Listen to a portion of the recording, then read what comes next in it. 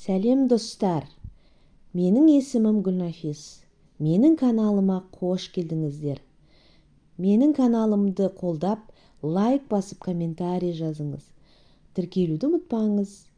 Бүгін біз осындай капкейкелер дайындаймыз. Керек құрамы видео астында описаниеда жазылған. Барлығы бөлме температурасында және де весімен өлшенген болуы тиіс, міндетті. Таза ыдысымызға бөлме температурасында тұрған сары майымызды саламыз. Оның үстіне бөлме температурасында тұрған 2 жұмыртқамызды саламыз. Бөлме температурасында болуы міндетті. Келесі бізде салатынымыз шекерімізді саламыз. Шекерімізді салып, ванилинді салып, бәрін миксерлейміз. Қантымыз ерігенше, майымыз көтерілгенше миксерлейміз.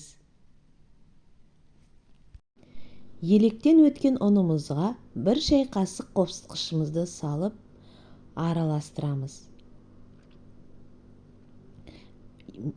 Ұнымыз міндетті түрде електен өткізілген болуы тиіс. Миксерленген массамызға ұнымызды салып, жай жылдамдықтан бастап миксерімізбен миксерлеп аламыз. Келесі бөлме температурасында тұрған сүтімізді құйып, тағы да миксерлейміз. Осындай қою масса шығады.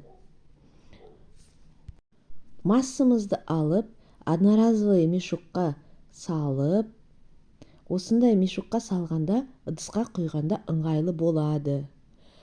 Оның басын кесіп, ыдыстарға құямыз. Пешімізді міндетті түрде 170-180 градусқа қыздырып қоямыз.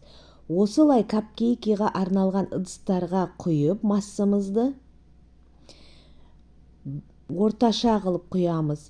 Көп құймаймыз. Себебі ол капкейкелеріміз көтеріледі өзі. Піскенде көтеріледі. Міне ыдыстарға құйып шықтық. Енді 170-180 градуста қызып тұрған пешке 20-25 минутқа пісіріп аламыз. Капкейкелеріміз, ванильді капкейкелеріміз дайын. Осындай көтеріліп, әп-әдемі болып, үлпілдеп піскен капкейкелеріміз дайын. Енді келесі кезекте біз креміне кірісеміз. Құрамы описаниеда жазылған. Творожный сырымыз және сливкеміз міндетті түрде тоңазытқыштан шыққан болуы керек. Салқын болу керек. Творожный сырымыздың үстіне сахарный пудрамызды салып, миксерлейміз. Қант пен творожный сыр бірге араласуы керек.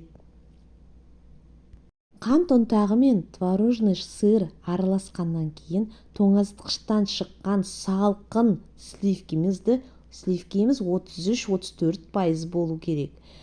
Құйып, тағы да миксерлейміз. Миксерімізді жай жылдамдықтан бастап, үлкен жылдамдыққа дейін айналдырамыз.